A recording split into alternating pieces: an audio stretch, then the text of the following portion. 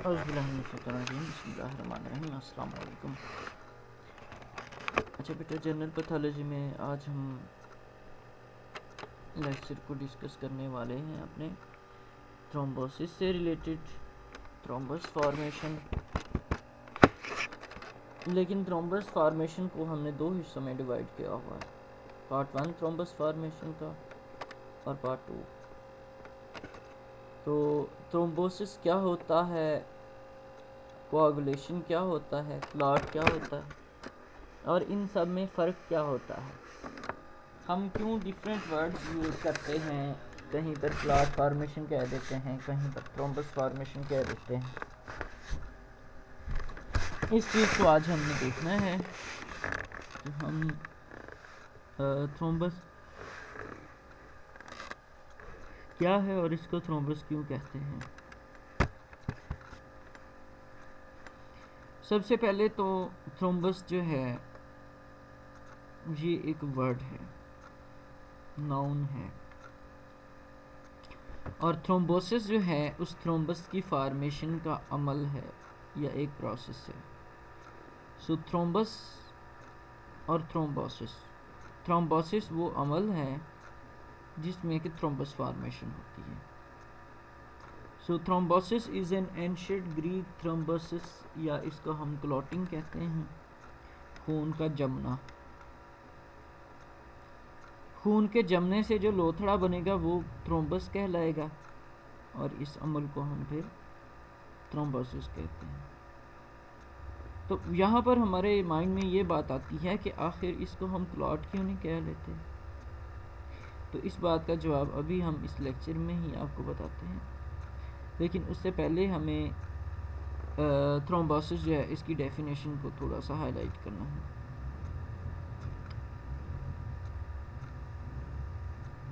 देखिए बेटा, formation of a blood clot inside the blood vessel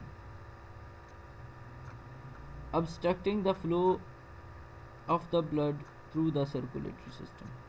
बस डेफिनेशन इसी में ही आ गई।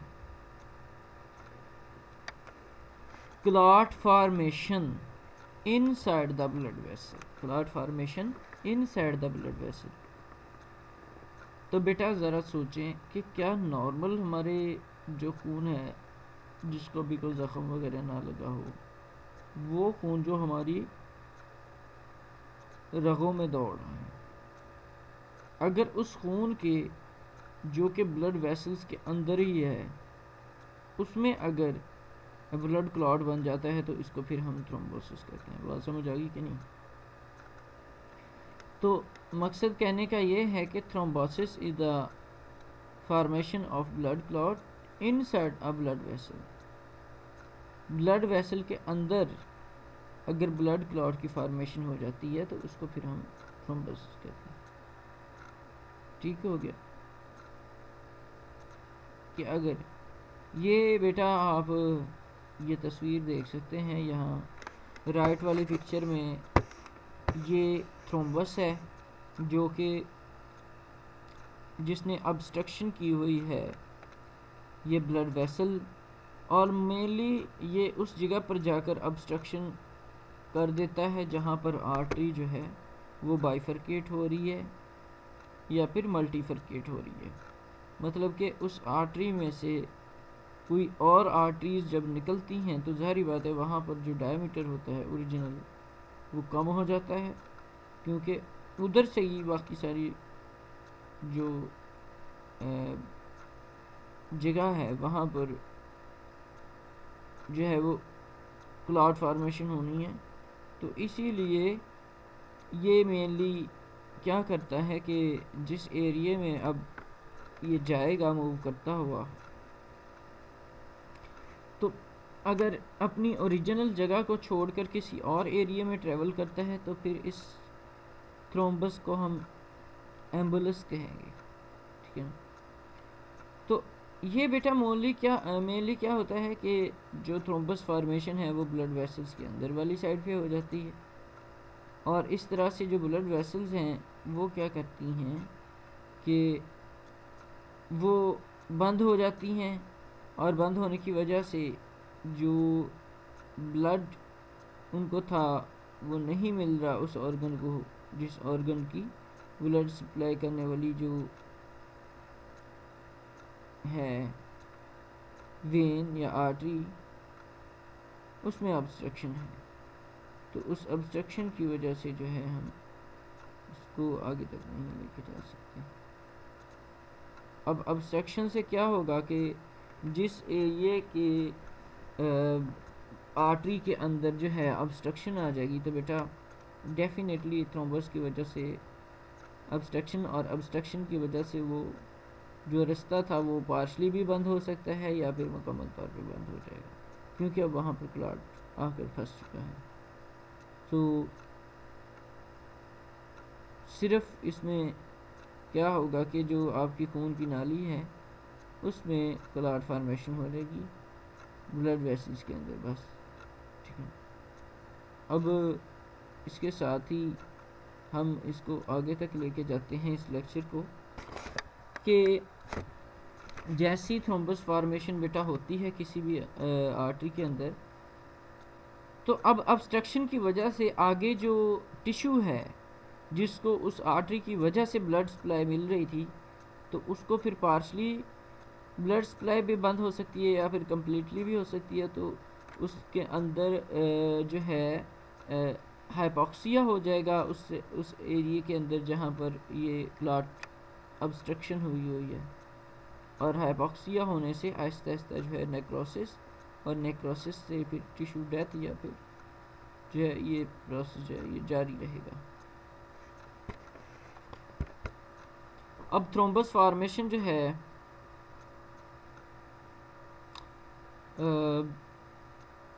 क्लॉट मैस है जो कि कार्डियोवास्कुलर सिस्टम के अंदर बनता है। उस क्लॉट को फिर हम थ्रोम्बस कहते हैं। अब भाई पहले तो लेक्चर्स में हमने उसको क्लॉट ही बोला था, लेकिन हम अब उसको थ्रोम्बस क्यों बोल रहे हैं, तो इसमें थोड़ा सा आप फ़र्क देख लें कि क्लॉट फार्मेशन और थ्रोम्बस फार्मेशन के अंदर क्या फ़र्क है। जो थ्रोम्बस है ये इन्वॉल्व करता है या शामिल करता है ब्लड वेसल्स को, ठीक है ना, और इसके अलावा फाउंड एलिमेंट्स ऑफ ब्लड, और इसके साथ साथ ब्लड क्लॉटिंग सिस्टम, ठीक है ना। मतलब कहने का ये है कि ब्लड क्लॉटिंग सिस्टम, क्लॉटिंग जो है वो एलिमेंट्स, ये सारी चीज़ें किस में आएगी, थ्रोम्बस के अंदर। मैं दोबारा पढ़ता हूँ। थ्रोम्बस इन्वॉल्व्स, शामिल करता है वॉल्स, दीवारें, ऑफ द ब्लड वेसल्स की, फॉर्म्ड एलिमेंट्स की, और इसके साथ साथ blood and blood clotting system. ठीक हो गया। अब जो क्लॉट फार्मेशन है इसमें सिर्फ और सिर्फ ब्लड क्लॉटिंग सिस्टम इन्वॉल्व होगा, मतलब कि इसमें जो ब्लड वेसल्स हैं और फॉर्म्ड एलिमेंट्स हैं वो नहीं होंगे क्लॉट फार्मेशन में। बात समझ आ गई कि नहीं? अगर तो अकेला ब्लड क्लॉटिंग सिस्टम इन्वॉल्व है और खून जम जाता है या खून का लोथड़ा बन जाता है तो वो ब्लड क्लॉट कहलाएगा। लेकिन अगर उसमें ब्लड वेसल्स भी हुई तो फिर उसको हम थ्रोम्बस बोलेंगे। ये तो था आज का पॉइंट। सेकेंडली क्या होता है कि जो थ्रोम्बस है वो बनता है प्लेटलेट्स और फिब्रिन के साथ, ठीक है। जो थ्रोम्बस है इसमें किन चीज़ों से बनता है, तो ये प्लेटलेट्स और फिब्रिन से मिलकर बनता है जो थ्रोम्बस है। अगर हम बात करें कि थ्रोम्बस जो है वो किन चीज़ों से मिलकर होता है, तो ये बेटा प्लेटलेट्स, अकेले प्लेटलेट्स, ठीक है ना, और अगर साथ फिब्रिन हो जाएगी तो थ्रोम्बस हो जाएगा। अगर अकेली फिब्रिन होगी तो इसको फिर हम ब्लड क्लॉट बोलेंगे। अब जो थ्रोम्बस है वो लाइफ थ्रेटनिंग भी हो सकता है, जबकि जो क्लॉट है वो लाइफ सेविंग होगा। अच्छा, अभी थ्रोम्बस क्यों लाइफ थ्रेटनिंग है बेटा? देखें, थ्रोम्बस इसलिए लाइफ थ्रेटनिंग है क्योंकि जहाँ पर थ्रोम्बस फॉर्मेशन हो जाती है उस एरिया को पार्शली या कम्प्लीटली ब्लड सप्लाई नहीं मिलती। तो जब ब्लड सप्लाई ही नहीं मिलेगी तो फिर क्या होगा? हाइपोक्सिया हो जाएगा, ठीक है ना, लेक ऑफ ऑक्सीजन। और ऑक्सीजन ना होने की वजह से जो टिश्यू होंगे, टिश्यू से मुराद ये नहीं टिश्यू, बॉडी टिश्यूज़ की बात कर रहा हूँ, तो जो टिश्यूज़ होंगे ज़ाहिर बात है वो भी बेटा माजरत खा हैं चीज़ के ऊपर कि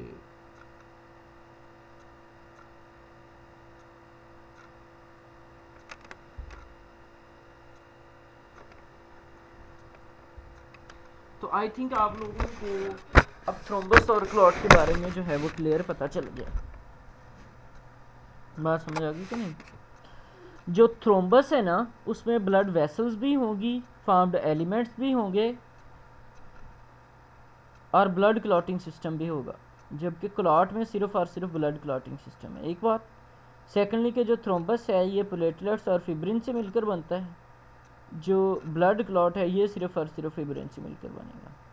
जो थ्रोम्बस है ये लाइफ थ्रेटिंग हो सकता है, जबकि ब्लड क्लॉट जो है वो लाइफ सेविंग है। लाइफ थ्रेटिंग कैसे बेटा? कि थ्रोम्बस फार्मेशन ज़ाहिर बात है जहाँ भी होगी वहाँ से ब्लड प्रेशर, ब्लड वेसल जो है वो बंद हो जाएगी, खून जाना बंद हो जाएगा, हाइपोक्सिया हो जाएगा, इस्कीमिया हो जाएगा, डेथ हो जाएगी नेक्रोसिस के बाद।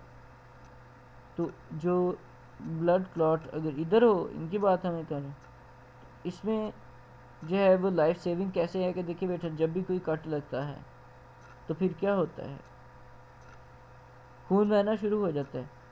सो खून बहने से हम मर सकते हैं ना, अगर ज़्यादा खून बह जाए, बहुत ज़्यादा खून बह जाए, एक दो दिन लगातार या कुछ घंटे ही अगर लगातार बहता रहे तो फिर क्या होगा? आहिस्ता आहिस्ता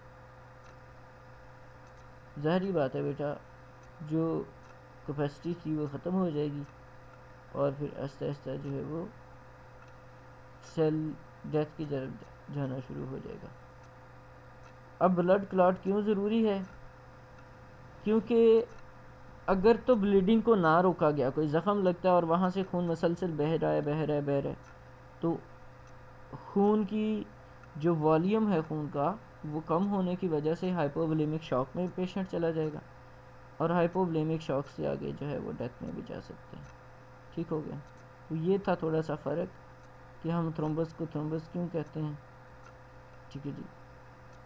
तो आई होप कि आप लोगों को इसका एक अच्छा सा इमेज बन गया होगा माइंड में। उसके बाद फिर बेटा आ जाते हैं काजेज़। देखिए, हम जो भी चीज़ पढ़ते हैं उसके साथ हम उसके काजेज़ को लाजमी डिस्कस करते हैं कि आखिर कौन सी ऐसी वजह हुई या कौन सी ऐसी जगह है कि मतलब कि या कौन सी ऐसी वजूहात हैं जिनकी बुनियाद के ऊपर जो है वो थ्रोम्बस फॉर्मेशन होती है। तो इसमें सबसे पहले देखिए एंडोथीलियल इंजरी। एंडोथीलियल इंजरी होगी तो थ्रोम्बस फॉर्मेशन होगी। सेकंड क्या है? स्टेसिस और टर्बुलेंट ब्लड फ्लो। स्टेसिस या टर्बुलेंट ब्लड फ्लो से भी ब्लड क्लॉट बन जाता है। और तीसरा है बेटा हाइपरकोगुलेबिलिटी ब्लड वेसल्स की। ठीक है, तो ये तीन जो हैं वो काजेज़ हैं। इनको अभी मैं आप लोगों को डिटेल से भी बताता हूँ कि ये क्या होते हैं। बेटा जो है ना थ्रोम्बस फॉर्मेशन, इसमें देखें ये तीन चीज़ों से मिलकर बनता है। अब नॉर्मल ब्लड फ्लो से मुराद है स्टेसिस, मतलब कि जो ब्लड फ्लो है वो उस पॉइंट से या उस तरह से नहीं हो रहा, खून ब्लड वेसल में से उस तरह से नहीं बह रहा जिस तरह से उसको बहना चाहिए, जैसा कि आर्टिफिशियल फिब्रिलेशन है या बेड रेस्ट है या टर्बुलेंस है या फिर एथेरोस्क्लेरोटिक वेजल नैरोइंग है, कुछ भी हो सकता है। उसकी वजह से अगर अब नॉर्मल ब्लड फ्लो हो रहा है तो थ्रोम्बस फॉर्मेशन हो जाएगी। नेक्स्ट जो इसके काजेज़ हैं उनमें से एक वो है अपना एंडोथीलियल इंजरी। तो बेटा देखिए, नॉर्मली जो आपका ब्लड है वो क्यों नहीं क्लॉट करता? जब तक कि वो ब्लड वेसल्स के अंदर रहता है। वो इसलिए कि नॉर्मली जो ब्लड वेसल्स हैं उनके अंदर थ्रोम्बस फॉर्मेशन नहीं होती। लेकिन अगर कभी इंजरी हो जाती है, हमने पीछे इन्फ्लेमेशन में भी देखा है कि जब कभी इंजरी हो जाती है तो ब्लड वेसल्स जो हैं, इनकी जो एंडोथीलियल सरफेस होती है वो जाकर जो है क्या करती है, डैमेज हो जाती है अगर। और डैमेज होने से क्या होगा कि अब वोन विलिब्रेंट फैक्टर जो है वो एक्सपोज हो जाएंगे, ठीक है जी। और वोन विलिब्रेंट फैक्टर्स के एक्सपोज होना परिणाम, तो जैसे ही वन विलिब्रेंट फैक्टर्स एक्सपोज होंगे तो प्लेटलेट्स की अटैचमेंट के लिए वहाँ पे जगह बन जाएगी, प्लेटलेट्स जो है उस जगह पर अटैच हो जाएंगे। बात समझ आएगी कि नहीं बेटा? कि नॉर्मली अगर एंडोथीलियल इंजरी नहीं होती तो फिर थ्रोम्बस या क्लॉट फॉर्मेशन क्यों नहीं होती?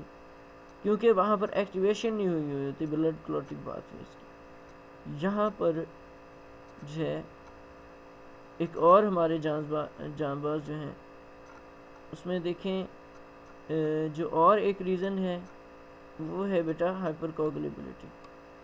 हाइपर का मतलब होता है ज़्यादा, कोआगुलेशन आपको पता है क्लॉट होने को कहते हैं। हाइपर कोगुलेबिलिटी से क्या मुराद है कि खून की जमने की सलाहियत का बढ़ जाना। तो पहली क्या थी, अब नॉर्मल ब्लड फ्लो, दूसरी क्या है एंडोथीलियल इंजरी, और तीसरी क्या है खून के जमने की सलाहियत का बढ़ जाना। सो हम पहले एंडोथीलियल इंजरी को डिस्कस कर लेते हैं। एंडोथीलियल इंजरी क्या है? Endothelial injury leads to platelet activation. Endothelial injury से ही प्लेटलेट जो है उनकी एक्टिवेशन होगी, तकरीबन थ्रोम्बस फार्मेशन हो जाएगी हार्ट के अंदर या आर्टरीज़ के अंदर या सर्कुलेशन के अंदर जहाँ पर ब्लड प्रेशर का ज़्यादा है। देखिए बेटा आर्टरीज़ में ज़्यादातर जो ब्लड का प्रेशर होता है वो ज़्यादा होता है, इसलिए वहाँ पर क्लॉट फार्मेशन थोड़ी सी मुश्किल होती है, क्योंकि क्लॉट फार्मेशन के लिए प्लेटलेट्स का थोड़ी देर उस जगह पे स्टे करना या एक दूसरे के साथ बाइंड करना, जुड़ना जो है वो ज़रूरी होता है। तो इतनी जल्दी जो है, क्योंकि आर्टरीज़ में तो ब्लड प्रेशर बहुत तेज़ी से मूव कर रहा होता है, तो इसलिए वहाँ पर जो है थ्रोम्बस फार्मेशन जो है वो मुश्किल होती है। सेकेंडली देखें, कार्डिक और arterial clots are typically rich in platelets. अब उसमें जो एक और रिसर्च उन्होंने की तो उसमें ये देखा गया कि जो कार्डिक और आर्टीरियल क्लॉट्स हैं वो ज़्यादातर किससे मिलकर बनते हैं? स्पाइक्स की। नेक्स्ट क्या है? Swear endothelial injury. बेटा देखे ना कि जो भी इन्फ्लेमेशन है या क्लॉट फार्मेशन है वो नॉर्मली तो नहीं हो रही। हमारी बॉडी को ही देख लें, अभी फ़िलहाल इमेजिन करें कि आपकी बॉडी के अंदर इतना ज़्यादा खून बह रहा है, क्या वो जम रहा है? नहीं जम रहा। कब जमेगा खून? जब कट लग जाए, ठीक है ना। तो जैसे ही कट लगेगा तो उस वक्त जो है जो खून बाहर आएगा वो आपका जम जाएगा। ये अल्लाह पाक ने खून के अंदर सलाहियत रखी है। सो इसको फिर आप ज़रा देख लीजिएगा कि एंडोथीलियल इंजरी क्या है, कि कोई भी टॉक्सिक एजेंट अगर आता है तो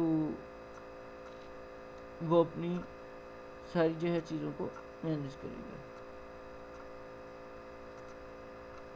नेक्स्ट जो है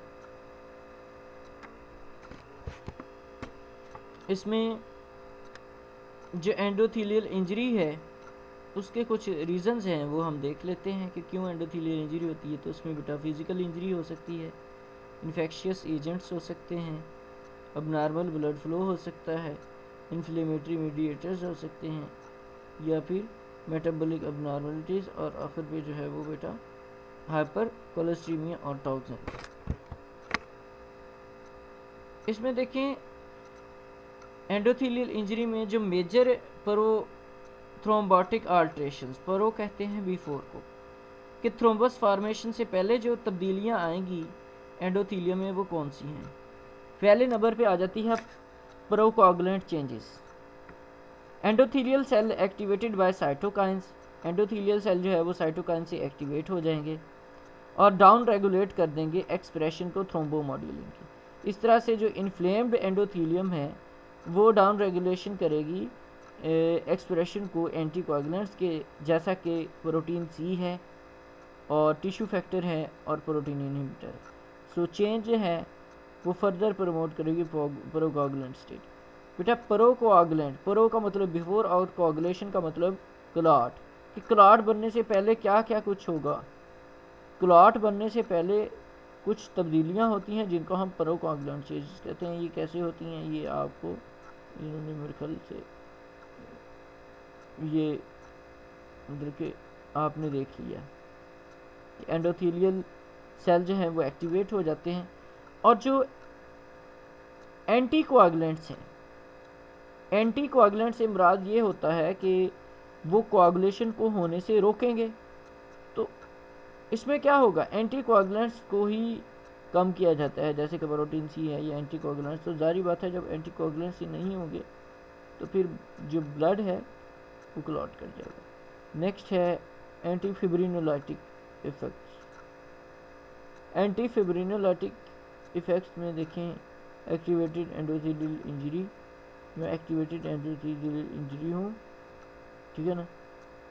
सेल्स वो क्या करेंगे, वो सेक्रेट करेंगे प्लाज्मिनोजन एक्टिवेटर, ठीक है ना। तो प्लाज्मिनोजन एक्टिवेटर को खरीदेंगे और फिर क्या होगा, वो इनहिबिट कर देंगे फिब्रिनोलाइसिस को।